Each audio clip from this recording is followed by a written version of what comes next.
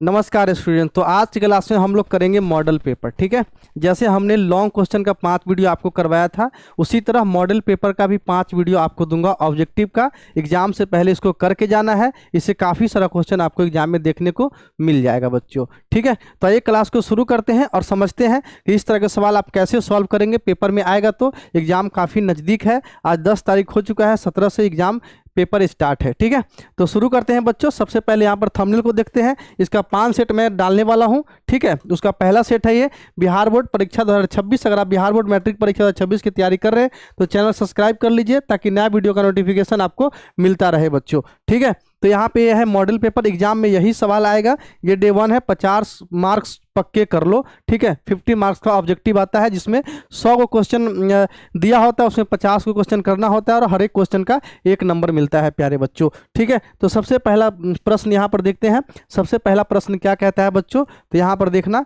सबसे छोटी प्राकृत संख्या है बच्चों। प्राकृत संख्या किसको बोलते हैं? गिनती की संख्या को प्राकृत संख्या बोलते हैं। तो सबसे छोटी प्राकृत संख्या कौन सा है? 1 है। यहाँ पे कौन सा ऑप्शन? सी ऑप्शन बच्चों चला जाएगा। ठीक है, सी ऑप्शन यहाँ पर सही हो जाएगा। अगला प्रश्न यहाँ पर देखते हैं बच्चों कैसे होगा। तो यहाँ पर देखना, सवाल नंबर 2, यदि भाग एल्गोरिदम ए बराबर बी क्यू प्लस आर में ए बराबर 27 हो और बी बराबर 4 हो, आर बराबर 1 हो तो क्यू का मान होगा। तो यहाँ पर रख देते हैं बच्चों, ए बराबर कितना है? 37 है और बी बराबर 4 है। यहाँ पे क्यू नहीं पता, आर का वैल्यू 1 है। ठीक है, यहाँ पे 37, उधर का +1, इधर आ जाएगा -1 बराबर यहाँ पे 4 क्यू आ जाएगा। यानी यहाँ पे 37 में से 1 चला जाएगा तो 36/4 बराबर क्यू हो जाएगा, यानी 4 नंबर 36, यानी ए का वैल्यू बच्चों 9 हो जाएगा। यानी ए ऑप्शन यहाँ पे सही जाएगा प्यारे बच्चों। ठीक है, ए ऑप्शन यहाँ पर सही हो जाएगा। काफ़ी इंपॉर्टेंट सवाल है। ठीक है, इसी तरह का पेपर में आपको देखने को मिल जाएगा। यहाँ पर ये भी बात है, ये भी बात पूछा जा सकता है बच्चों। यहाँ पर ये भी बात पूछा जा सकता है, ए बराबर बी क्यू प्लस आर है तो आर का वैल्यू क्या होगा? 0। आर यहाँ पे या तो बी से छोटा या 0 के बराबर या 0 से बड़ा आता है आर का वैल्यू बच्चों। ठीक है, ये बात आपको क्लियर रहना चाहिए। अगला सवाल है, यहाँ पे देख सकते हैं सवाल नंबर 3, किसी पूर्णांक m के लिए सम संख्या का रूप है बच्चों। सम संख्या का रूप कौन सा होगा? ये m + 2m के लिए। ठीक है, तो यहाँ पे 2m होगा। ठीक है, सम संख्या 2m होगा बच्चों। m का वैल्यू कुछ भी लीजिएगा, 2 से मल्टीप्लाई होने के बाद उसको सम संख्या बना देगा। ये वाला नहीं होगा, ये वाला नहीं होगा, ये वाला नहीं होगा, क्योंकि m का वैल्यू कभी सम जब m का वैल्यू रखिएगा तो कभी सम संख्या आएगा, कभी विषम संख्या आएगा। तो सम संख्या का रूप पूछ रहा था बच्चों, 2m होगा। ठीक है, 2m होगा या फिर 2m + 2 हो सकता था, 2m + 4 हो सकता था। ठीक है, इस तरह के ऑप्शन में ये भी देखने को मिल सकता है। तो 2m के बाद 2m + 2 हो सकता है, 2m + 4 हो सकता है, 2m + 6 हो सकता है। ठीक है, इसके साथ 2m के साथ सम संख्या ही जुड़ा होगा। ठीक है, इस तरह के सवाल को इस तरह से सॉल्व करते हैं। अगला सवाल है बच्चों, यहाँ पर देखिएगा, 156 बराबर 2x और इंटू 3 गुना 13 हो तो x + y + z होगा। तो कैसे होगा बच्चों? यहाँ पे देखते हैं, 156 का गुणनखंड करूँगा। 156 बराबर क्या दिया है? 2 के पावर x गुने 3 के पावर y गुने यहाँ पे ये 3 के पावर z है ना, 3 के पावर z है या फिर 13 के पावर z है? 13 के पावर यहाँ पे z है। ठीक है, तो x + y + z पूछा है। 156 का करते हैं यहाँ पे, 2 से 2 × 7 14, 2 × 8 16, यहाँ पे 2 से करूँगा तो यहाँ पे आ जाएगा हमारे पास 78 का कितना हो जाएगा यहाँ पे? करिए, 78 2 × 6 2 9 18, फिर ठीक है 3 से 13 3 39, यानी यहाँ पे आ रहा है 2 के पावर 2 गुने 3 के पावर 1 गुने 13 के पावर 1। ठीक है, इसके बराबर है 2 के पावर x गुने 3 के पावर y गुने 13 के पावर z। तो यहाँ पे इस तरह से अगर आता है तो बेस अगर बराबर हो तो पावर वाला वैल्यू जो है वो बराबर होता है। यानी x का वैल्यू बच्चों कितना होगा? x का वैल्यू यहाँ पे 2 होगा, y का वैल्यू 1 होगा और z का वैल्यू भी 1 होगा। यहाँ पे सवाल ने पूछा x + y + z कितना होगा, तो 2 + 1 + 1 होगा, यानी 2 1 3 3 1 कितना होगा बच्चों? तो यहाँ पे 4 होगा। कौन सा ऑप्शन जाएगा प्यारे बच्चों? ए ऑप्शन सही चला जाएगा। ठीक है, ए ऑप्शन यहाँ पर सही हो जाएगा। आगे बढ़ते हैं, अगला प्रश्न यहाँ पर देखते हैं बच्चों। तो ये रहा, 4x का मान 0 पर समाप्त होने के लिए अभाज्य गुणनखंड में 2 के अलावे अभाज्य संख्या गुणनफल के रूप में होना चाहिए। 4 पर x का मान 0 पर समाप्त होने के लिए अभाज्य गुणनखंड में 2 के अलावे कौन अभाज्य संख्या गुणनखंड के रूप में होना चाहिए? 0 पर तो समाप्त होगा ही नहीं प्यारे बच्चों, यहाँ पे कोई नहीं होगा। ठीक है, डी ऑप्शन सही होगा, 0 पे समाप्त हो ही नहीं सकता है। अगला प्रश्न है यहाँ पे, निम्नलिखित में से कौन अपरमेय संख्या है? तो बच्चों अपरमेय संख्या वही होगा जो रूट के अंदर होगा और परमेय संख्या होगा जो रूट के बाहर होगा। ठीक है, तो यहाँ पे देखिएगा, तो यहाँ पे ये जो है 49 का बाहर 7 होगा यानी ये परमेय संख्या है, 36 के बाहर 6 होगा यानी ये भी परमेय संख्या है, 16 के बाहर 4 होगा यानी ये भी परमेय संख्या है, और इसका वर्गमूल 3√3 आएगा यानी ये क्या होगा बच्चों? अपरमेय संख्या है, यानी सी ऑप्शन सही होगा। ठीक है, रूट के बाहर है तो वो परमेय संख्या है, रूट के अंदर है तो बच्चों अपरमेय संख्या है, ये बात आपको याद रखना पड़ेगा।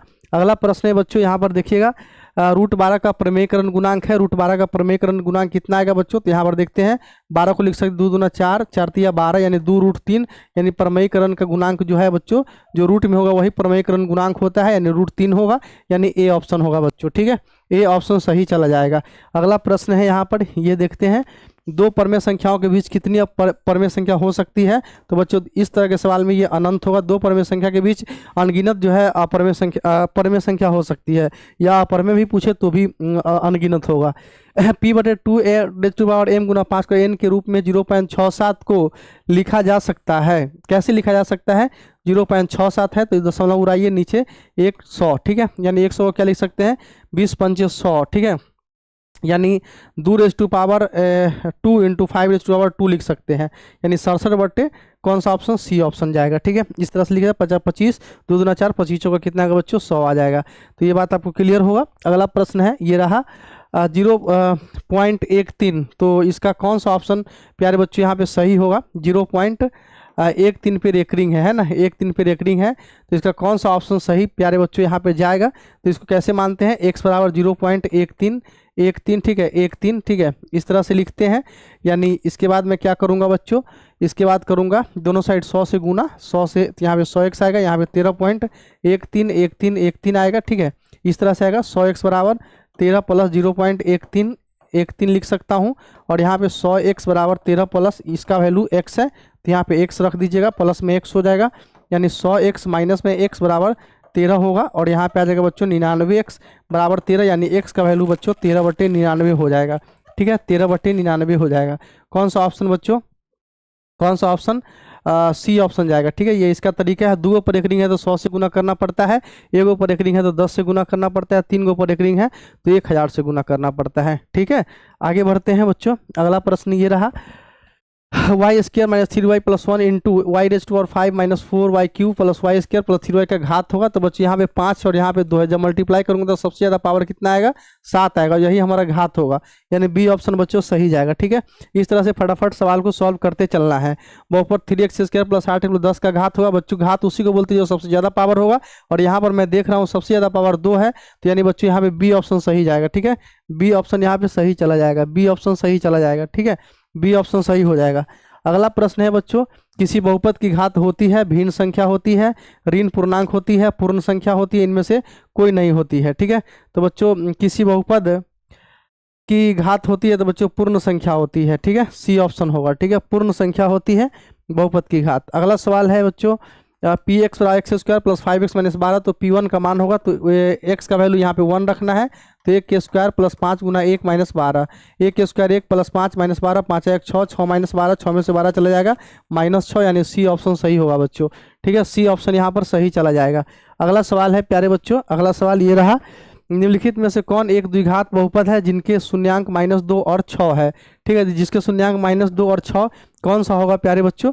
तो यहाँ पर देखते हैं, यहाँ पे ये ऑप्शन सही होना चाहिए प्यारे बच्चों, ये ऑप्शन सही होना चाहिए, वैसे करके देखता हूँ। ठीक है, x² 4x को लिख सकता हूँ, 6x माइनस में 2x, ठीक है, -12 बराबर 0, तो यहाँ पे x कॉमन लूँगा, x + 6, और यहाँ -2 कॉमन लूँगा, तो यहाँ पे आ जाएगा हमारे पास x + 6। ठीक है, यानी x - 6 आएगा, यहाँ पे ये तो नहीं होगा, तो ये नहीं होगा बच्चों, तो कौन सा होना चाहिए? ये -6x, और इसको देखते हैं करके। ठीक है, x² -6x, ठीक है, -6x + 2x लिखूंगा, माइनस में 12 बराबर 0, यानी x कॉमन लूँगा तो x - 6 + 2 कॉमन लूँगा, तो x - 6 बराबर क्या होगा प्यारे बच्चों? 0, यानी x + 2 यानी x - 6 बराबर 0, यही वाला ऑप्शन सही होगा। x + 2 बराबर 0, x - 6 बराबर 0, -6 उधर जाएगा +6, और यहाँ +2 उधर जाएगा -2, यानी प्यारे बच्चों ए ऑप्शन सही जाएगा। ठीक है, ए ऑप्शन सही जाएगा। ए का -2 इस बहुपद का जो शून्यांक है -2 और 6 है। ओके, अगला सवाल है बच्चों, ये रहा, इनमें कौन बहुपद है? कौन बहुपद है बच्चों? बहुपद का घात जैसे ना बट्टा में होना चाहिए, ना माइनस में होना चाहिए, जैसे इस तरह का नहीं होना चाहिए, ना इस तरह का होना चाहिए। तो बच्चों ये तो नहीं होगा, ये भी नहीं होगा, रूट में है नहीं होगा, ये भी नहीं होगा। तो प्यारे बच्चों डी ऑप्शन यहाँ पे सही जाएगा। ठीक है, ये सवाल आएगा ही आएगा बच्चों पेपर में। ठीक है, रूट वाला नहीं होगा, पावर जो रूट है यानी भिन्न में है, और ना ऋणात्मक वाला होगा, ना फिर नीचे रहेगा, तो फिर यहाँ पे नीचे आने का मतलब ऊपर जाएगा, तो फिर ये भी प्लस में है, ऊपर जाएगा तो माइनस में हो जाएगा, तो ये भी नहीं होगा बच्चों। अगला सवाल ये रहा, 2x का 5x-12 के शून्यक है, शून्य कैसे निकालेंगे, 12 दूना 24, यानी इसको तोड़ेंगे 5x को, तो लिखूंगा मैं 8x माइनस 3x माइनस 12 बराबर 0। 2x कॉमन होगा, यहाँ पे आ जाएगा x+4, और माइनस में 3 कॉमन होगा, तो यहाँ पे आएगा x+4 बराबर 0, यानी x+4 इंटू में 2x माइनस 3 हो जाएगा प्यारे बच्चों, बराबर क्या होगा 0 होगा। यानी यहाँ पे करूँगा x+4 बराबर 0, यानी यहाँ पे करूँगा 2x माइनस 3 बराबर 0। प्लस में 4 उधर चला जाएगा, माइनस में 4, यहाँ पे माइनस में 3 उधर जाएगा, +3, 3/, यहाँ पे 2 आ गया, यानी -4 और 3/2 होगा। ठीक है, कौन सा ऑप्शन, बी ऑप्शन बच्चों सही होगा यहाँ पर। ठीक है, बी ऑप्शन सही चला जाएगा। अगला प्रश्न ये रहा, रैखिक समीकरण का घात होता है बच्चों, रैखिक का 1, द्विघात का 2 और त्रिघात का 3, यही 3 गो आ सकता है। रैखिक का 1 होता है, द्विघात का 2 होता है, और त्रिघात बहुपद का घात 3 होता है। अगला प्रश्न है, 2 चर xy में रैखिक समीकरण x + b + c 0 के वास्तविक संख्याओं के समुच्चय में कितने हल होंगे प्यारे बच्चों, वास्तविक संख्याओं के समुच्चय में कितने हल होंगे, तो 1 2 3 इसका तो अनगिनत हल हो सकते हैं, यानी इनमें से कोई नहीं होगा। ठीक है, डी ऑप्शन सही होगा, बहुत सारे हल हो सकते हैं, x का अलग अलग मान के लिए y का अलग अलग मान आएगा यहाँ पे। ठीक है, तो वास्तविक संख्या में अनगिनत हल होंगे। यहाँ पे अगला प्रश्न, x और y 2 चर वाले रैखिक समीकरण का व्यापक रूप होता है, 2 चर वाले रैखिक समीकरण युग्म का व्यापक रूप ax + by + c बराबर 0 होता है, यानी ए ऑप्शन सही जाएगा। ठीक है, ए ऑप्शन सही जाएगा।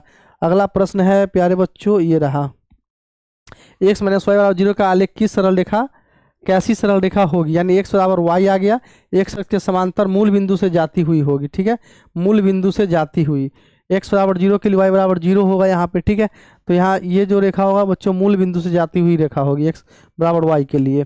अगला प्रश्न है बच्चों, युग्म समीकरण x + 2y बराबर 4, 2x + 4y बराबर 8 का है, कितना हल होगा, तो यहाँ पे 1 2 और इस तरह का, यानी 1/, यहाँ पे 2, a1/a2, b1/b2 करेंगे 2/4, और यहाँ -4/-8 बच्चों सब बराबर आ रहा है। इसका प्यारे बच्चों कितना हल होगा, अनगिनत हल होगा। ठीक है, अनंत हल होगा, डी ऑप्शन होगा। 3 गो जो है इसका कंडीशन होता है बच्चों, मैं लिख देता हूँ, a1/a2 बराबर नहीं आ रहा है b1/b2, केवल एक हल होगा इसका। ठीक है, a1/a2 बराबर b1/b2, लेकिन बराबर नहीं c1/c2। ठीक है, इसका कोई हल नहीं होगा। a1/a2 बराबर b1/b2 बराबर c1/c2, इसका अनेक हल होगा। ठीक है, अनगिनत हल होगा। ये तीनों कंडीशन अगर आप याद रखते हैं तो इस कंडीशन को इसे फॉलो करा के आप इसका पता कर सकते हैं कितना हल होगा, 1 हल होगा, 2 हल होगा, या फिर बच्चों 3 हल होगा। यहाँ पे जैसे हमने किया, इस a1 मानते हैं, इसको b1, इसको c1 मानते हैं, a2 b2 और इसको c2 मानते हैं। ठीक है, तो आपको समझ में आया होगा। अगला प्रश्न है प्यारे बच्चों, ये रहा अगला प्रश्न। तो यहाँ देखिए, यदि किसी भिन्न के अंश x और y हो तो भिन्न होगी, अंश x और y हो, किसी भिन्न के अंश x और y हो तो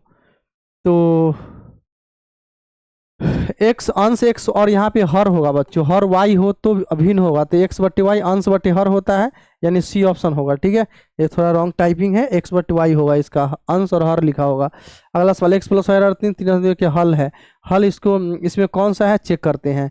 x + y बराबर 3 है, यानी 2 कितना होता है 3 होता है, और 3 दूना 6, 6 में से 2 जाएगा 4, यानी ए ऑप्शन ही सही होगा। इसको इसमें रखा, जो हल दोनों समीकरण को संतुष्ट कर दे वही हमारा हल हो जाएगा बच्चों। ठीक है, इस समीकरण का हल होगा। अगला सवाल ये रहा, द्विघात सूत्र को किस वैज्ञानिक ने प्रतिपादित किया था, श्रीधराचार्य है ना, अमराहम, या फिर भास्कर, या फिर अलख्वारिज्मी। तो इसको कौन किया था प्यारे बच्चों, द्विघात सूत्र को किस वैज्ञानिक ने ये किया था, तो यहाँ पे बच्चों श्रीधराचार्य होगा। ठीक है, श्रीधराचार्य, श्रीधराचार्य। ठीक है, अगला सवाल देखते हैं।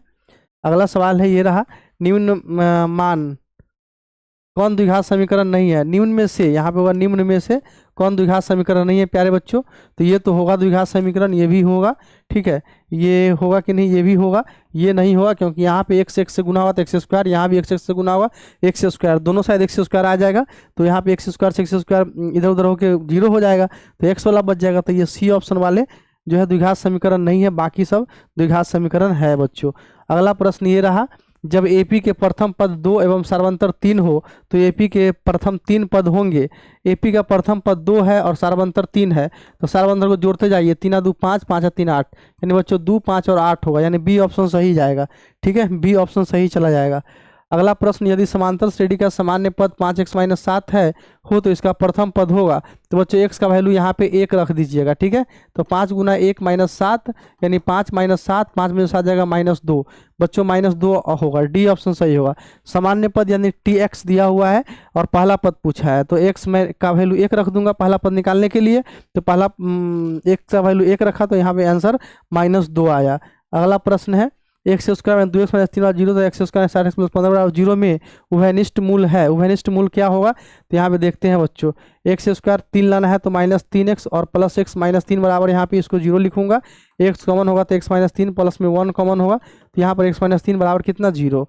दोनों जगह x - 3 कॉमन, यहाँ पे x + 1 हो जाएगा बच्चों बराबर 0, यानी x बराबर 3 और यहाँ पे -1 आया। इसको सॉल्व करेंगे तो यहाँ पे आएगा 15, तो -3x - 5x + 15 बराबर 0, यानी इसको सॉल्व करूंगा तो x × x - 5 -3 कॉमन, x - 5 बराबर 0, दोनों जगह है x - 5 कॉमन, यहाँ पे x - 3 कॉमन बराबर कितना? 0, या तो x - 5 बराबर 0 या फिर x - 3 बराबर 0, यानी x बराबर कितना? 3, यहाँ पे वो 5 आया, तो 3 जो है उभयनिष्ठ है। उभयनिष्ठ शून्य कौन सा है बच्चों? 3 है, यानी बी ऑप्शन सही होगा, ठीक है। इस तरह से जो काफ़ी आसान सवाल है, इस तरह से सॉल्व करते जाइए, ठीक है, और आंसर पाते जाइए। यदि समीकरण 3x² 10 + 3 बराबर 0 का एक मूल 1/3 है तो दूसरा मूल होगा बच्चों अल्फा + बीटा क्या होता है? -b/a होता है, यानी एक मूल तो दे रखा है 1/3 प्लस बीटा बराबर -b/a का मतलब ये b 10 है माइनस में, यहाँ पे रखूंगा तो 10 आ जाएगा, 10/3 आ जाएगा, बीटा बराबर आ जाएगा 10/3 - 1/3, यहाँ पे 3 आ जाएगा, 10 - 1, 10 में से 1 चला जाएगा 9/3, यहाँ पर आ जाएगा 3 3 9, ठीक है। तो कौन सा ऑप्शन होगा बच्चों? 3 होगा, डी ऑप्शन सही होगा, ठीक है, डी ऑप्शन यहाँ पर सही चला जाएगा।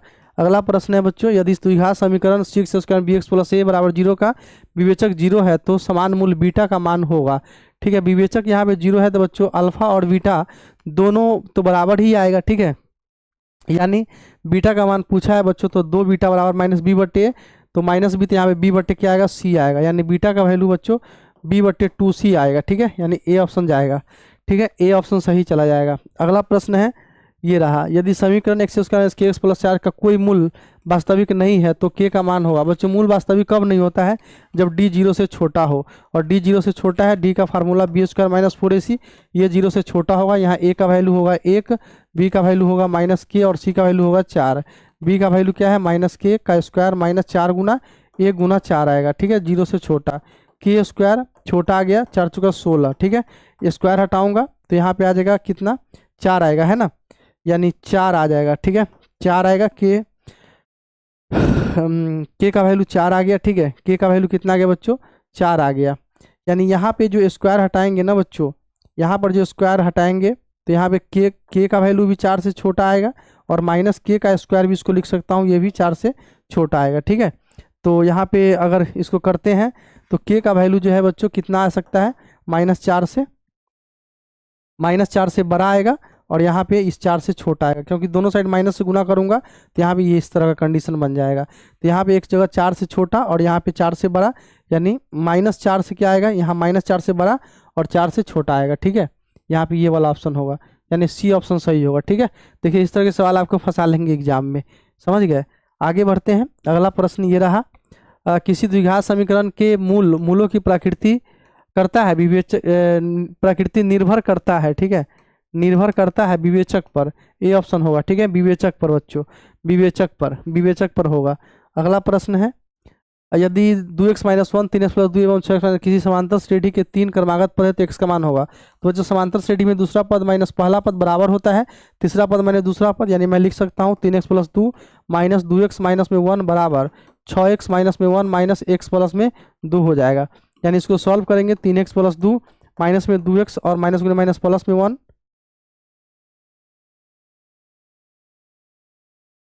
बराबर आएगा 6x माइनस में 1 माइनस में x माइनस में 2 हो जाएगा। यानी इसको सॉल्व करेंगे तो x प्लस में 3 बराबर 5x माइनस में 3 हो जाएगा। x वाला एक साथ और बिना x वाला एक साथ माइनस 3 हो जाएगा, यानी -4x और यहाँ पे माइनस में 6 है ना। तो -6/4 3/2 होगा बच्चों। यहाँ पे तो है नहीं आंसर, एक बार और करके देखते हैं। 3x प्लस 2 में से घटाना है, 3x प्लस 2 माइनस में 2x प्लस में 1 यहाँ पे, और बराबर 6x माइनस में 1 माइनस में 3x और माइनस में यहाँ पे 2, तो ये सही है। अब 3x प्लस में 3 यहाँ पे आएगा 3x माइनस में 3, ओहो यहाँ x माइनस में 2x माइनस में 3x -3 माइनस में 2x माइनस में 6 माइनस माइनस कट गया, द्वितीय 6, यहाँ पे कहीं पे मिस्टेक हो गया होगा तो बच्चे यहाँ पे 3 ऑप्शन जाएगा, x का वैल्यू यहाँ पे 3 होगा, ठीक है, ए ऑप्शन सही होगा। अगला सवाल है निम्नलिखित में से कौन समांतर श्रेणी है, तो एक स्क्वायर ये तो नहीं है बच्चों, तो ये वाला होगा यहाँ पे, क्योंकि यहाँ पर देखिएगा तो 2√2 आएगा, ये 3√2 आएगा, 4√2 आएगा, तो यही आएगा, ठीक है, बी ऑप्शन। और 2√2 में से रुट जाएगा √2, 3√2 में से 2√2 हर जगह √2 आ रहा है, तो यही होगा बच्चों। अगला प्रश्न है समांतर श्रेणी का सार्वंतर है जहाँ AP √18 √50 √98, तो √18 यानी √50 में से बच्चों √18 को सब्सट्रैक्ट करना है, घटाना है, ठीक है। यानी बच्चों √50 को लिख सकता हूँ 5√2 और इसको लिख सकता हूँ 3 3 9 9 2 18 3√2, 5√2 में से 3√2 जाएगा तो बच्चों कितना आ जाएगा हमारे पास 2√2 तो आएगा, बी ऑप्शन तो जाएगा यहाँ पे, बी ऑप्शन सही होगा, ठीक है, बी ऑप्शन सही होगा। अगला प्रश्न है यदि किसी समांतर श्रेणी में A30 माइनस A20 बराबर 50 हो तो श्रेणी का सार्वंतर होगा। A30 को क्या लिख सकता हूँ बच्चों, A plus 29D minus A20 को लिख सकता हूँ A माइनस में 19D हो जाएगा, क्योंकि ब्रैकेट में लिखता तो प्लस लिखता और बाहर लिखा तो माइनस लिखा, ठीक है। ओहो यहाँ देखो A30 को क्या लिख सकता हूँ A प्लस 29D और माइनस A माइनस 19D बराबर कितना बच्चों 50, A से 1 कट हो गया, यहाँ पे घट के कितना आएगा 10D, 10D बराबर 50 आया, 0 से 0 कट गया, यानी D का वैल्यू बच्चों यहाँ पे 5 आएगा। कौन सा ऑप्शन, सी ऑप्शन, ठीक है, सी ऑप्शन सही चला जाएगा। अगला प्रश्न है बच्चों यदि किसी AP का प्रथम पदेश सार्वंतर D हो तो एक्सवां पद होगा बच्चों A plus x minus 1 into D, ठीक है। यहाँ पे इसको बड़ा A बना दो, इसको बड़ा D बना दो, क्योंकि यहाँ पे ऑप्शन में इस तरह का है A plus x minus 1 into D होगा, A ऑप्शन जाएगा बच्चों, ठीक है, A ऑप्शन जाएगा। अगला प्रश्न त्रिभुज के तीनों का योगफल होता है, तीनों कोनों का योगफल होता है बच्चों, त्रिभुज के तीनों कोनों का योगफल कितना होता है 180 डिग्री, बी ऑप्शन 180 डिग्री। सभी वर्ग होते हैं समरूप होते हैं, ठीक है, समरूप होते हैं, सभी वर्ग क्या होते हैं बच्चों समरूप होते हैं, है ना, सभी वर्ग होते हैं समरूप होते हैं। अगला प्रश्न है यदि दो त्रिभुज ABC तथा त्रिभुज PQR A बराबर P हो, B बराबर Q और C बराबर R हो, तो तीनों कोण जब बराबर है तो बच्चों त्रिभुज क्या होंगे समरूप हो जाएंगे। त्रिभुज PQR समरूप क्या दिया है A बराबर P, B बराबर Q और C बराबर R, ठीक है, तो त्रिभुज ABC समरूप त्रिभुज PQR, त्रिभुज ABC समरूप त्रिभुज PQR होगा, ठीक है, त्रिभुज ABC समरूप त्रिभुज PQR होगा, ठीक है, ABC समरूप त्रिभुज PQR इस तरह से होगा, ठीक है, ABC समरूप त्रिभुज PQR हो जाएगा बच्चों, ABC समरूप त्रिभुज PQR होगा, ठीक है। अगला प्रश्न है यदि किसी त्रिभुज ABC में BD 5 सेंटीमीटर, BC 7.5 और कोने का समद्विभाजक AD हो तो AB बटा AC होगा, ये वाला इस तरह से है। तो बच्चों इस तरह के केस में क्या होता है AB बटा AC बराबर BD बटा DC होता है, BD बटा DC होता है, ठीक है, AB बटा AC बराबर BD बटा DC होता है। और यहाँ पे देखिएगा तो BD दे रखा है कितना 5 सेंटीमीटर और यहाँ पे BC दे रखा है 7.5 और BC 7.5 है, तो बच्चों DC क्या हो जाएगा इसमें, तो 7.5 में से 5 घटे 2.5 हो जाएगा। अब यहाँ पे रखना है AB बटा AC बराबर BD कितना है बच्चों, BD 5 है और DC कितना है 2.5 है, दशमलव उड़ाइए तो ऊपर 10 पड़ जाएगा, 10 × 50 यानी 25 दूना 50 यानी बच्चों 2 आएगा, ठीक है, बी ऑप्शन होगा, बी ऑप्शन सही चला जाएगा, ठीक है, बी ऑप्शन सही चला जाएगा। अगला प्रश्न ABC DEF में AB बटा DF बराबर BC बटा EF, ये दोनों त्रिभुज होंगे यदि ये दोनों त्रिभुज क्या होंगे समरूप होंगे, ठीक है, यहाँ पे होगा समरूप होंगे, ठीक है, समरूप होंगे AB बटा DF यानी दो त्रिभुज है एक ABC और एक DEF, ये DEF और ये ABC यानी AB बटा DF, AB बटा DF और BC बटा EF, BC बटा EF है ना, बी सी बटा ई एफ, ये दोनों त्रिभुज समरूप कब होंगे प्यारे बच्चों? ए बी बटा डी एफ, ठीक है, ए बी बटा डी एफ, ये वाला और ये वाला, ठीक है, और बी सी बटा ई एफ, बी सी बटा ई एफ। तो बी सी बटा ई एफ है, ये दोनों कब समरूप होंगे बच्चों? जब ये वाला कोण क्या होगा, ये वाला कोण इसके बराबर होगा, ठीक है। यानी बी बराबर क्या होगा प्यारे बच्चों? बी बराबर यहाँ पे एफ होगा, ठीक है, बी बराबर ई, अच्छा यहाँ पे तो ई है,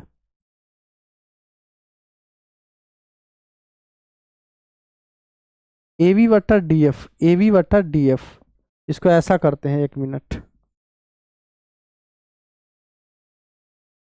प्यारे बच्चों, यहाँ पे ये वाला कंडीशन को फॉलो करवाना है, ए बी सी और ये वाला है डी ई एफ, ठीक है, डी ई एफ, ठीक है। तो ए बी बटा डी एफ, ए बी बटा डी एफ, चलिए इसको ऐसा कर देता हूँ, यहाँ सी और यहाँ पे बी, ए बी बटा डी एफ, ठीक है, और बी सी बटा ई एफ या फिर एफ ई, ये वाला इसके बराबर और ये वाला इसके अनुपात में है, तो प्यारे बच्चों बी बराबर एफ, बी बराबर एफ होना चाहिए, ठीक है, बी बराबर एफ होना चाहिए, बी बराबर ई दे रखा है, ए बराबर डी दे रखा है, और बी बराबर डी होना चाहिए, ए बराबर डी। इसको आप देख लीजिएगा बच्चों, ये कंडीशन होता है, ठीक है। अगर इसके हिसाब से देखें तो ये वाला इसके बट्टे में है और ये वाला इसके बट्टे में है, ठीक है, तो बी बराबर ई, ए बराबर डी, अभी चलिए ए बराबर डी सही कर लीजिए, ठीक है, लेकिन इस प्रमेय को आप थोड़ा सा देख लीजिएगा, ठीक है, क्योंकि यहाँ पर जो ऑप्शन सही होना चाहिए बी बराबर एफ होना चाहिए, ये वाला होता है, ठीक है, यहाँ पे ये लिख ही लीजिए, इसको छोड़िए, बी बराबर एफ, ठीक है, बी बराबर एफ सही कर दीजिएगा, ठीक है, बी बराबर एफ होना चाहिए तभी ये होगा, ठीक है, बी बराबर एफ होना चाहिए। अगला सवाल है, दो समरूप त्रिभुजों के क्षेत्रफल का अनुपात 121 अनुपात 64 है, तो उनकी संगत माध्यिकाओं का अनुपात होगा। 121 संगत माध्यिकाओं का अनुपात क्या होता है बच्चों? दो त्रिभुज क्षेत्रफल का अनुपात जो होता है संगत माध्यिकाओं के वर्ग के अनुपात में होता है, तो 121 अनुपात 64 है, तो यहाँ पे आएगा 11 अनुपात 8, ठीक है, 11 अनुपात 8 आएगा, यानी ए ऑप्शन जाएगा, ठीक है, 11 अनुपात 8 आएगा, 11 अनुपात 8। अगला प्रश्न है, एबीसी और डीएफ के समरूप है एवं क्षेत्रफल इतना इतना दे रखा है, ठीक है, तो दोनों त्रिभुज के संगत भुजा का अनुपात होगा, संगत भुजा का वर्गों का अनुपात जो होता है क्षेत्रफल के अनुपात के बराबर होता है, ए बी स्क्वायर बटे बी सी स्क्वायर लिख सकता हूँ 36 बटे 49, इधर से स्क्वायर हटाएंगे तो इधर रूट चढ़ जाएगा, यानी 36 बटे 49, और 36 बटे 49 का मतलब 6 बटे 7, यानी 6 अनुपात 7 होगा, बी ऑप्शन सही जाएगा, ठीक है, बी ऑप्शन सही चला जाएगा। अगला सवाल, एबीसी में ए 90 डिग्री है, A B 5 centimetre, A C 12 centimetre है, ठीक है, एबीसी में बच्चों ए जो है 90 डिग्री पे है, यहाँ पे बी और ये क्या है बच्चों? सी है, ए बी 5 है और ए सी कितना है? 12 है, तो यहाँ पे बी सी निकालना है, ठीक है। ए डी लंब बी सी, ए डी लंब बी सी है, इस तरह का भी है, ए डी लंब ये डी है, ठीक है, तो ए डी मुझे पता करना है, ठीक है, ए डी पता करना है प्यारे बच्चों। ये कैसे हो सकता है? तो यहाँ पे मैं कैसे इसको कर सकते हैं प्यारे बच्चों? ए डी इसको कैसे पता कर सकते हैं? त्रिभुज का क्षेत्रफल क्या होता है? 1/2 गुने आधार गुने ऊंचाई, है ना। चलिए दोनों साइड से एक बार ऐसे निकाल दिए त्रिभुज क्षेत्रफल, तो 1/2 गुने आधार गुने ऊंचाई यानी 12 गुने यहाँ पे 5 होगा, और एक बार इस साइड से निकालिएगा तो 1/2 गुने आधार हो जाएगा यहाँ पे BC और ऊंचाई हो जाएगा AD। यहाँ पे BC निकालिएगा तो ये 5 है, ये 12 है, 5 के स्क्वायर और 12 के स्क्वायर रूट में करेंगे तो कितना आएगा? 25 आएगा, प्लस में 144 और ये जोड़ के 169, 169 का बाहर 13, यानी बच्चों यहाँ पे 13 आ जाएगा, ठीक है, इसके जगह पे 13 बैठ जाएगा, ठीक है। यहाँ पर 2 से 2 कट जाएगा, 12 पंचे 60, है ना, यानी 60/13 बराबर हमारे पास AD होगा, ठीक है, 60/13 बराबर AD। देखिए डिफिकल्ट क्वेश्चन, सी ऑप्शन सही होगा, ठीक है, सी ऑप्शन सही चला जाएगा। अगला सवाल है, त्रिभुज PQR में PR स्क्वायर PQ स्क्वायर तो Q का मान होगा, Q का मान बच्चों 90 डिग्री होगा, ठीक है, डी ऑप्शन सही होगा, डी ऑप्शन यहाँ पर सही चला जाएगा। अगला प्रश्न है, त्रिभुज ABC में A 90 डिग्री, BC 13, AB 12 तो AC का मान होगा, ठीक है, त्रिभुज ABC में A 90 डिग्री है, A 90 डिग्री है, यानी A यहाँ पर दे रखा है बच्चों, A यहाँ पर दे रखा है, यानी A ये 90 डिग्री है और ये B हो गया, C होगा, BC 13 है और AB 12 है, तो ये 5 होगा बच्चों, ठीक है, क्योंकि रूट अंडर में करिएगा 13 के स्क्वायर 169 और माइनस में 144 और इसमें से घट जाएगा तो 25, 25 के बाहर 5, यानी सी ऑप्शन, ठीक है, सी ऑप्शन सही होगा। अगला प्रश्न ये रहा, बिंदु सादस किस पाद में स्थित है बच्चों? प्लस प्लस यानी प्रथम पाद में होगा, क्योंकि x भी प्लस और y भी प्लस, तो इसी में होगा, यानी प्रथम पाद हो जाएगा। अगला प्रश्न, एक अक्ष बिंदु पर स्थित किसी बिंदु के निर्देशांक का रूप है एक्स अक्ष से बिंदु पर स्थित किसी बिंदु का निर्देशांक है, एक्स पर वाई क्या होगा प्यारे बच्चों, एक्स पर वाई क्या होगा 0 होगा, यानी ए ऑप्शन। अगला बिंदु -12 -18 का भुज है, तो भुज बच्चों इसको बोलते हैं एक्स वाले को, और इसको बोलते हैं कोटि, तो भुज पूछा तो ए ऑप्शन सही जाएगा। अगला प्रश्न, वाई अक्ष से बिंदु 13 और 15 को की दूरी होगी, वाई अक्ष से बिंदु 13 और 15 की दूरी होगी, मान लीजिए 13 और 15 यहाँ पे है, तो वाई अक्ष से इसका दूरी कितनी होगी, तो वाई अक्ष से ये तो x होगा, तो यहाँ पे 13 होगा, वाई अक्ष से इस बिंदु का दूरी कितना होगा बच्चों 13 होगा, ठीक है 13 होगा। अगला प्रश्न, बिंदु 0 0 और इतना के बीच की दूरी होगी, तो इसके बीच की दूरी निकालने के लिए यहाँ पे इसको स्क्वायर करिए, 36 के स्क्वायर प्लस 15 के स्क्वायर, 36 के स्क्वायर कितना आएगा, 36 के स्क्वायर 1296 और 15 के स्क्वायर 225 होगा, यानी यहाँ पे कितना आएगा प्यारे बच्चों, इसको जोड़िएगा तो 1400 यानी 1321 आ जाएगा, ठीक है 1321 आ जाएगा, यानी हमारे पास इसका कितना आंसर आना चाहिए बच्चों 39 आना चाहिए, ठीक है 39, बी ऑप्शन सही होगा।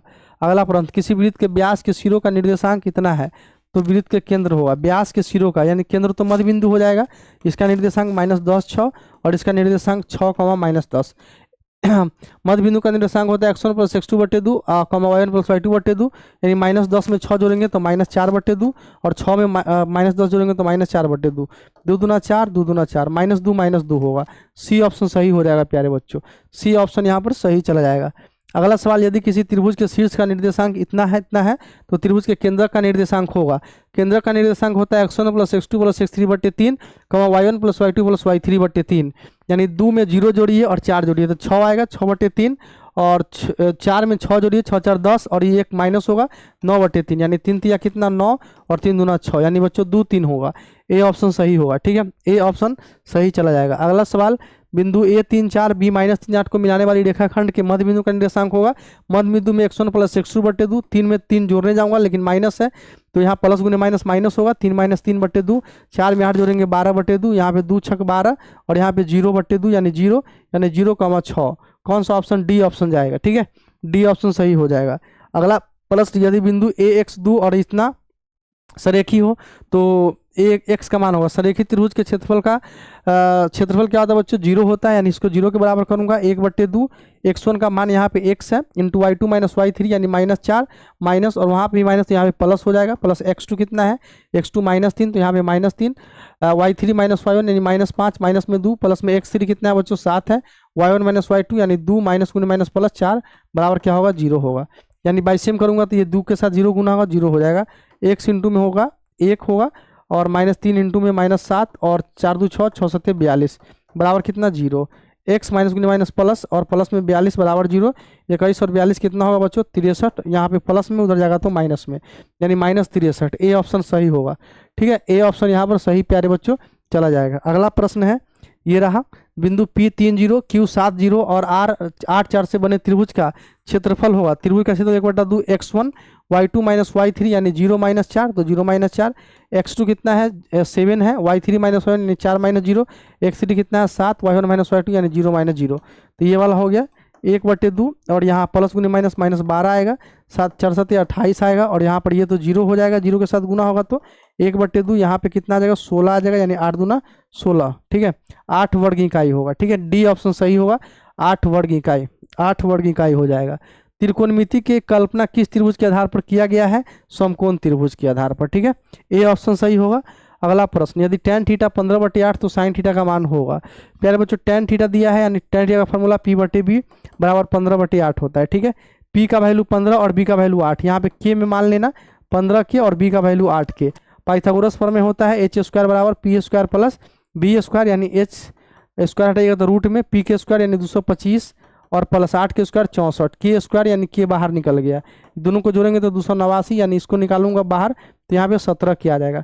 साइन थीटा का फार्मूला क्या होता है प्यारे बच्चों, साइन थीटा P/H होता है, यानी P का वैल्यू कितना है, P का वैल्यू 15 के और H का वैल्यू 17 के, K से K कट गया यानी 15/17 आ गया, ठीक है 15/17, कौन सा ऑप्शन सी ऑप्शन 15/17। अगला प्रश्न, a साइन थीटा बराबर 1 b कॉस थीटा बराबर 1, a साइन थीटा बराबर 1 है और यहाँ पे b कॉस थीटा यानी साइन थीटा कितना आएगा प्यारे बच्चों 1/a आ जाएगा और b कॉस थीटा बराबर भी 1 है तो b कॉस थीटा बराबर 1 लिखूंगा, यहाँ पे कॉस थीटा कितना आ जाएगा प्यारे बच्चों 1/b आएगा। tan थीटा का फार्मूला क्या होता है साइन थीटा बटे कॉस थीटा, ठीक है साइन थीटा बटे कॉस थीटा, साइन थीटा बराबर 1/a और कॉस थीटा 1/b। भाग को गुना में बदलेंगे तो b ऊपर और 1 नीचे, यानी प्यारे बच्चों कितना आएगा, b/a आएगा। b/a यानी बी ऑप्शन सही हो जाएगा, ठीक है, बी ऑप्शन सही चला जाएगा। अगला सवाल, साइन ए गुना कॉसेक ए, एक होता है इसका आंसर, ठीक है। साइन का उल्टा कॉसेक और साइन थीटा गुना कॉसेक थीटा कितना होगा बच्चों, 1 होगा, ठीक है। अगला प्रश्न ये रहा, त्रिभुज एबीसी में कौन सी 90 डिग्री हो तो साइन ए प्लस बी होगा। तो प्यारे बच्चों कौन सी 90 डिग्री है, तो ए प्लस बी कितना आएगा बच्चों, 90 डिग्री आएगा, क्योंकि त्रिभुज के तीनों कोण का योग 180 डिग्री होता है। और यहाँ पे साइन 90 कितना होता है, 1 होता है, यानी बी ऑप्शन होगा प्यारे बच्चों, बी ऑप्शन सही जाएगा। अगला प्रश्न ये रहा, tan 45 कितना होता है, इसका मान निकालना 1 होता है, और tan 30 से 1/√3 होता है, 1 + 1 × 1/√3, यानी ऊपर आ गया हमारे पास 1 - √3 और नीचे आ गया 1 + √3। तो ऊपर करेंगे तो √3 - 1/√3 और भाग यहाँ पे आएगा √3 + 1/√3, ठीक है। यहाँ भाग से √3 से √3 कट होगा, √3 - 1 बट्टे आएगा √3 + 1, ठीक है, यानी √3 - 1/√3 + 1, ए ऑप्शन सही जाएगा, ठीक है, ए ऑप्शन सही हो जाएगा। अगला सवाल, 2 sin a बराबर 26, तो sin a बराबर कितना आएगा बच्चों, 13 होगा। 2 sin a बराबर 2, 26 नहीं होगा, यहाँ पे हो तो होगा, ठीक है, 2 हो, 2 से 2 कट गया, 1 आ गया, यानी sin a का वैल्यू कितना है बच्चों, 1 आया। sin a का वैल्यू 1 कब आता है, जब a कितना होता है बच्चों, ये होता है 90 डिग्री, ठीक है, a 90 डिग्री, यानी बच्चों यहाँ डी ऑप्शन सही हो जाएगा, ठीक है, डी ऑप्शन सही जाएगा। अगला सवाल, साइन 48p है तो tan 48 कितना होगा, का मान कितना होगा। साइन 48p है तो cos 48 कितना होगा प्यारे बच्चों, ये बताओ, cos 48 कितना होगा, √1 - p²। क्यों, क्योंकि sine square theta plus cos square theta 1 होता है, cos square theta 1 - sine square theta, square हटाएंगे रूट चढ़ गया 1 - p², यानी tan 48 पूछ रहा है, तो क्या लिख सकता हूँ इसको, साइन 48/cos 48, और साइन 48 का वैल्यू कितना है, p है, cos 48 कितना है, तो 1 - p²। कौन सा ऑप्शन, ए ऑप्शन जाएगा, ठीक है, ए ऑप्शन सही होगा। अगला प्रश्न ये रहा, साइन 10 साइन 10 कितना के बराबर होगा बच्चों, तो साइन 0 cos 80 के बराबर होगा। साइन 90 - 80 और sine 90 degree minus theta cos theta, यानी cos 80 होगा, बी ऑप्शन सही होगा। अगला सवाल, tan 21 इसका वैल्यू 1 होगा, क्योंकि tan 21 को क्या लिख सकता हूँ, tan 90 - 69, 90 - 21, 90 - 69, 90 - 69 लिख सकता हूँ इसको, 90 - 69 बटे क्या, cot 69, ठीक है। tan अवेशिया क्या होता है, cot थीटा, यानी cot 69 बटे cot 69, cot 69 बटे cot 69 कितना होगा, 1 होगा, यानी कौन सा ऑप्शन, बी ऑप्शन होगा, सही होगा, ठीक है। अगला सवाल है, 5 cosec square theta minus 5 cot square theta, 5 common होगा, cosec square theta minus cot square theta, cosec square theta minus cot theta कितना होता है, 1 होता है, 5 × 1 5 होगा, यानी बी ऑप्शन सही जाएगा, ठीक है, बी ऑप्शन सही होगा। अगला प्रश्न है, यदि sec theta plus tan theta बराबर x है तो tan थीटा होगा, तो बच्चों sec theta plus tan theta, sec square theta minus tan square theta कितना होता है बताइए, 1 होता है, यानी इसको मैं क्या लिख सकता हूँ, sec theta plus tan theta into में sec theta minus tan theta, ठीक है। इसको ऐसा लिख सकता हूँ कि नहीं लिख सकता हूँ, ये बराबर कितना रहेगा, 1 रहेगा, सेक थीटा x है तो x into sec theta minus tan theta, आगे हमारे पास बच्चों 1 आ गया, यहाँ पर मैं लिख सकता हूँ इसको sec theta minus tan theta कितना, 1/x आ जाएगा, ठीक है, यानी sec theta plus tan theta है और ये क्या है, sec theta minus tan theta, इसमें से इसको घटाइएगा तो tan थीटा का वैल्यू निकल जाएगा,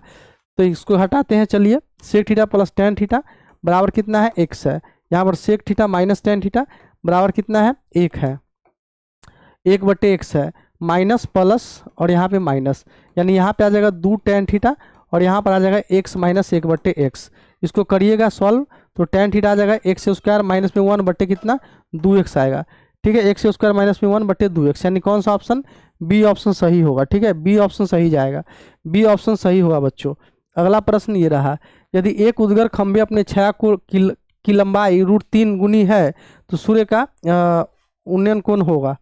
एक उद्गर खंभे, इसका x है तो इसका छाया √3x है, तो उसका उन्नयन कोण कितना होगा बच्चों, ये वाला पता करना है, ठीक है, ये वाला थीटा है मान लीजिए, तो tan थीटा क्या होगा, x/√3x, x कट गया, 1/√3 कब आ जाएगा, जब थीटा कितना डिग्री होगा, 30 डिग्री होगा, यानी बच्चों बी ऑप्शन सही जाएगा, ठीक है, थीटा 30 डिग्री आ गया।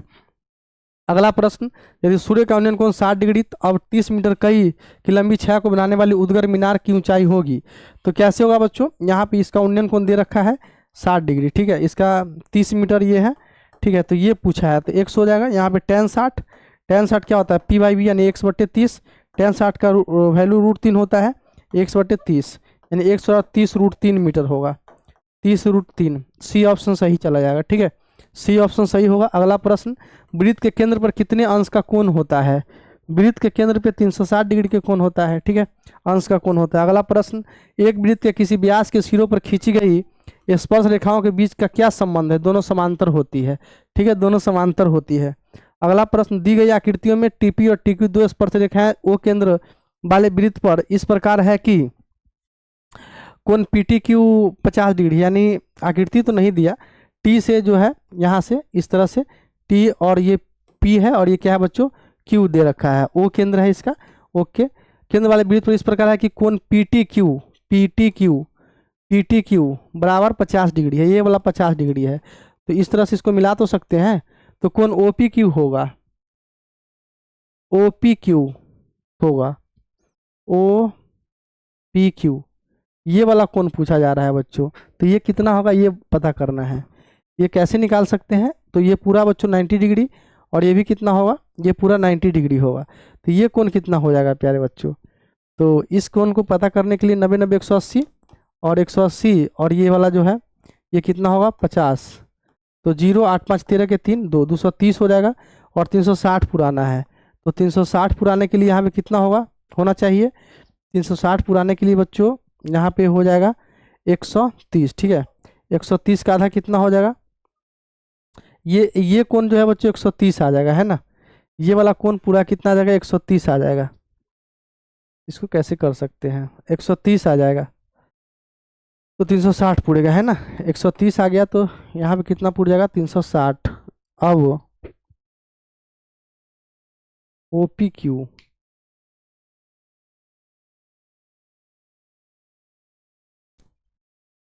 ये पूरा कितना है, पूरा 90 डिग्री होगा, है ना, 90 डिग्री माइनस 65 है नहीं, इसको देख लीजिएगा प्यारे बच्चों, ये अभी सॉल्व नहीं हो पा रहा है, ठीक है, इसमें काफ़ी टाइम लग जाएगा। आपको भी पेपर में कोई सवाल में टाइम लग जाए तो उसको छोड़ देना है, 85 क्वेश्चन करने हैं। यदि एक बिंदु P से O केंद्र वाले वृत्त पर P तथा PB स्पर्श रेखाएं परस्पर 60 डिग्री पर झुका हो तो कोण AOB होगा, तो AOB तो बन जाएगा, ये सवाल बन जाएगा, इस तरह का बोल रहा है, ठीक है, इस तरह से, और यहाँ पे 60 डिग्री पर ये झुका है, ठीक है, ये वाला स्पर्श करता है, तो ये कितना होगा बच्चों, ये 90 डिग्री और ये भी 90 डिग्री, ठीक है, तो 90 90 180 और 180 और 60 कितना होगा 0 814 और 1 240, 360 पुराना है 120 डिग्री होगा, यानी डी ऑप्शन सही होगा, ठीक है, डी ऑप्शन यहाँ पर सही चला जाएगा। अगला प्रश्न ये रहा, किसी वृत्त की स्पर्श रेखा वृत्त को कितने बिंदुओं पर स्पर्श करती है? केवल एक बिंदु पर, ठीक है, एक बिंदु पर। अगला प्रश्न, एक वृत्त का क्षेत्रफल 154 इसका व्यास होगा, वृत्त का क्षेत्रफल वैसे होता कितना है πr², तो ये वाला कितना दिया 154, पाई का वैल्यू कितना 22/7 गुना r² बराबर 154, ठीक है, 154 को काट सकते हैं, 22 सत्ते 22 छक कितना होता है 22 छक 132, है ना, तो 22 सत्ते r² बराबर 7 गुने 7, यानी r का वैल्यू कितना होगा बच्चों 7 होगा, और व्यास क्या होता है d 2r होता है, यानी 2 गुने 7 दूसरा कितना 14, यानी ए ऑप्शन होगा, ठीक है, ए ऑप्शन सही जाएगा। अगला प्रश्न है, दो वृत्तों को त्रिज्याओं का अनुपात 4:3 है तो उनके क्षेत्रफल का अनुपात होगा, तो बच्चों r1/r2 जो दे रखा है कितना दे रखा है 4/3, तो क्षेत्रफल क्या आएगा πr1² πr1²/πr2², यानी पाई से पाई कट जाएगा, 4 चौका 16 और 3 तिया 9, सी ऑप्शन होगा, ठीक है, 16:9 हो जाएगा। अगला प्रश्न, एक वृत्ताकार वलय कई बाहरी और भीतरी त्रिज्याएं क्रमशः r और r है तो वलय का क्षेत्रफल होगा, तो बाहरी πr² माइनस छोटका r², कौन सा ऑप्शन, सी ऑप्शन जाएगा, ठीक है, सी ऑप्शन सही होगा। अगला प्रश्न है, वृत्त की परिधि होती है, वृत्त की परिधि होती है 2πr, ठीक है, वृत्त का क्षेत्रफल πr², वृत्त का परिधि 2πr होता है, ठीक है, तो ये क्वेश्चन आता है पेपर में।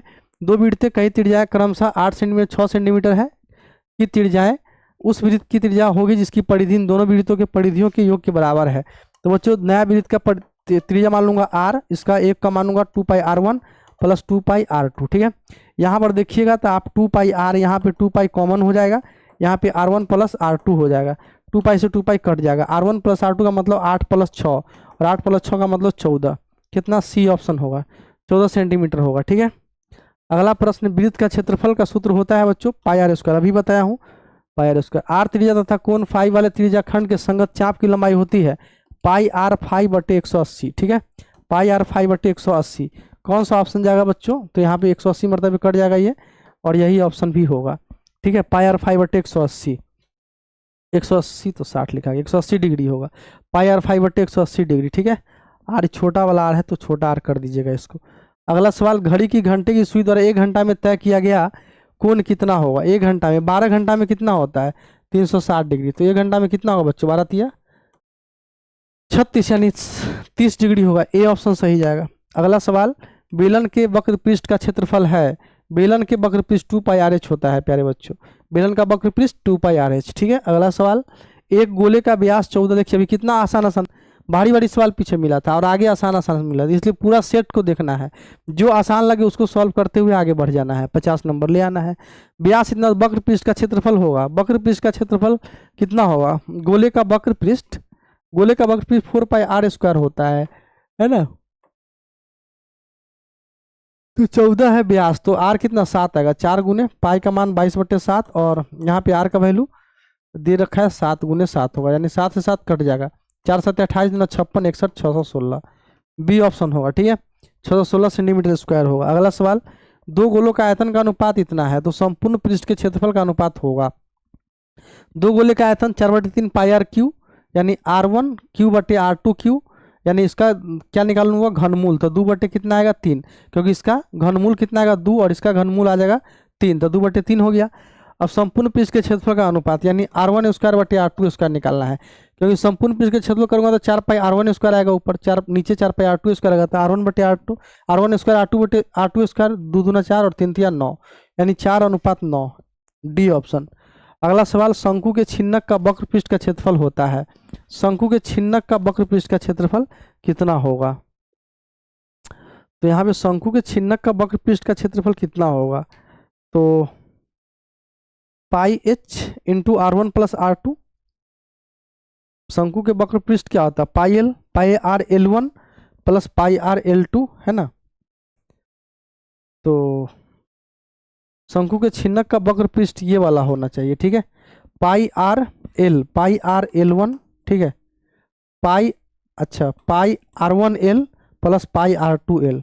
सी ऑप्शन होगा। ठीक है, सी ऑप्शन सही होगा, सी ऑप्शन सही होगा। अगला सवाल, 8 सेंटीमीटर त्रिज्या वाले वृत्त के अंतः वर्ग का क्षेत्रफल है, 8 सेंटीमीटर त्रिज्या वाले वृत्त के अंतः वर्ग का क्षेत्रफल है, वृत्त है एक। ठीक है, 8 सेंटीमीटर त्रिज्या है इसका और इसके अंदर एक वर्ग है, इसका क्षेत्रफल पूछ रहा है, इसका क्षेत्रफल कितना होगा बच्चों? तो ओ ये वाला है, ये 8 है ना, तो ये भी 8 और ये भी 8 है ना, तो ये कितना हो जाएगा बच्चों? 16, और ये x, तो ये भी x, तो यानी इसको मैं x का वैल्यू निकाल सकता हूँ कैसे? तो रूट अंडर में x स्क्वायर रूट 2x गुना आएगा हमारे पास 16, यानी x का वैल्यू आ गया 16/√2। ठीक है, और वर्ग का क्षेत्रफल भुजा स्क्वायर होता है, यानी 16 गुने 16 बटे कितना आएगा बच्चों? 2, 2 8 16, 16 8 कितना होगा? 16 8 128, यानी कौन सा ऑप्शन? डी ऑप्शन जाएगा। ठीक है, डी ऑप्शन जाएगा, क्योंकि ये त्रिज्या हो जाएगा, ये भी त्रिज्या, तो 8 8 16 हो जाएगा, और ये 90 डिग्री होता है। कर्ण स्क्वायर बराबर लंब स्क्वायर आधार स्क्वायर, इसको करूंगा तो रूट 2x आएगा गुने 16 बराबर x का वैल्यू आ गया 16/√2, और वर्ग का क्षेत्रफल भुजा स्क्वायर, इसको सॉल्व करके 128 आ गया। अगला सवाल ये रहा, प्रत्येक वर्ग के मध्य बिंदु क्या कहलाता है? प्रत्येक वर्ग का मध्य बिंदु क्या कहलाता है? माध्य वर्ग चिन्ह। अच्छा, वर्ग का मध्य बिंदु क्या कहलाता है? वर्ग चिन्ह कहलाता है। B option. यदि माध्य 10 है तो x का मान निकालिए। देखिए कितना आसान है, 6 + 8 + 9 + x + 13 बटे कितना? 1 2 3 4 5, यहाँ 5 बराबर कितना है? 10 दे रखा है। 8 6 14, 14 और 9 कितना होगा बच्चों? 14 6 20 3 23, 23 और 13 36, यानी x + 36 बराबर 10 × 5 = 50। इसको सॉल्व करिए तो 50 - 36, और इसको सॉल्व करिए तो 14। कौन सा ऑप्शन? बी ऑप्शन सही होगा। अगला सवाल है, निम्न वितरण के बहुलक वर्ग को का वर्ग अंतराल बताना है। ठीक है, वर्ग अंतराल कौन सा होगा? बहुलक वर्ग सबसे ज्यादा बारंबारता वाला वर्ग 22, और इसके सामने 15 से 20, यानी यही हमारा क्या होगा बच्चों? बहुलक वर्ग वाला जो है वर्ग अंतराल हो जाएगा। ठीक है, सी ऑप्शन। अगला सवाल, त्वरण खींचने के लिए वर्ग अंतराल कैसी होनी चाहिए? समावेशी, अपवर्जी, उपयुक्त दोनों, या इनमें से कोई नहीं? त्वरण खींचने के लिए कैसा होना चाहिए? समावेशी होना चाहिए, अपवर्जी होना चाहिए, या फिर उपयुक्त दोनों होना चाहिए? तो प्यारे बच्चों, त्वरण खींचने के लिए या तो से अधिक भी होता है और से कम भी होता है, ठीक है, से अधिक और से कम। तो यहाँ इस समावेशी का क्या मतलब है? तो दोनों होना चाहिए, ठीक है, समावेशी भी अपवर्जी भी उपयुक्त दोनों, ठीक है, क्योंकि इसमें हमने पढ़ा है से अधिक और से कम, ठीक है, से अधिक और क्या, से कम। तो से कम हो तो और से अधिक हो तो दोनों केस में जो है इसको खींचा जा सकता है, ठीक है, समावेशी और अपवर्जी उपयुक्त दोनों हो जाएगा। अगला प्रश्न है, समावेशी नहीं होगा यहाँ पे, ठीक है प्यारे बच्चों, समावेशी का मतलब है कि उसमें मिला जुला है, ठीक है, अपवर्जी होगा, बी ऑप्शन होना चाहिए, ठीक है, बी ऑप्शन होगा यहाँ पे। अगला प्रश्न है, चर को आरोही या अवरोही क्रम में रखने से बीच वाला जो प्राप्त होता है उसे कहते हैं माध्य, माध्यक, बहुलक, या इनमें से कोई नहीं। तो बच्चों बीच वाला जो होता है माध्यक कहलाता है, ठीक है, माध्यक कहलाता है। अगला प्रश्न, सिक्के को उछालने पर पट आने की प्रायिकता होगी? सिक्के को उछालने पर पट आने की प्रायिकता होगी एक सिक्के को तो 1/2, पट भी और चित भी, दोनों का ऑप्शन 1/2 ही होगा, यानी बी ऑप्शन होगा। अगला सवाल, दो पासे को एक साथ फेंकने पर दोनों पर समान संख्या आने की प्रायिकता होगी? तो दोनों पर समान संख्या 6 बार आ सकता है, संभव कितना, 36।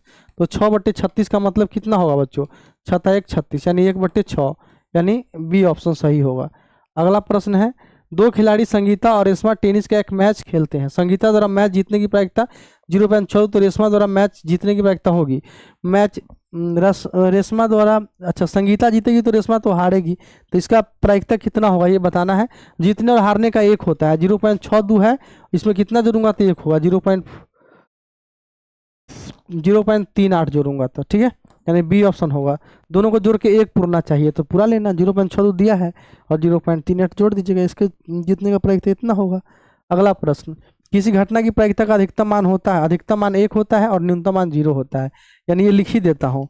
प्रायिकता का आंसर जो होता है 1 से छोटा और बराबर 1 होता है, 0 के बराबर या 0 से बड़ा होता है। 100, घटना ई डैश घटना ई की कहलाती है पूरक घटना, ठीक है, पूरक घटना कहलाती है, ठीक है, ई की पूरक घटना कहलाती है, असंभव घटना, संभव घटना, पूरक घटना कहलाती है, ठीक है। तो आज की क्लास में इतना ही सवाल था बच्चों, 100 ऑब्जेक्टिव हमने करवाया, इसका 5 सेट मैं करवाऊंगा, तो ये पहला वीडियो है, इसको कंप्लीट करिए जल्दी से, ठीक है, फिर अगला वीडियो जल्दी मैं इसको अगला वीडियो डालूंगा, ठीक है।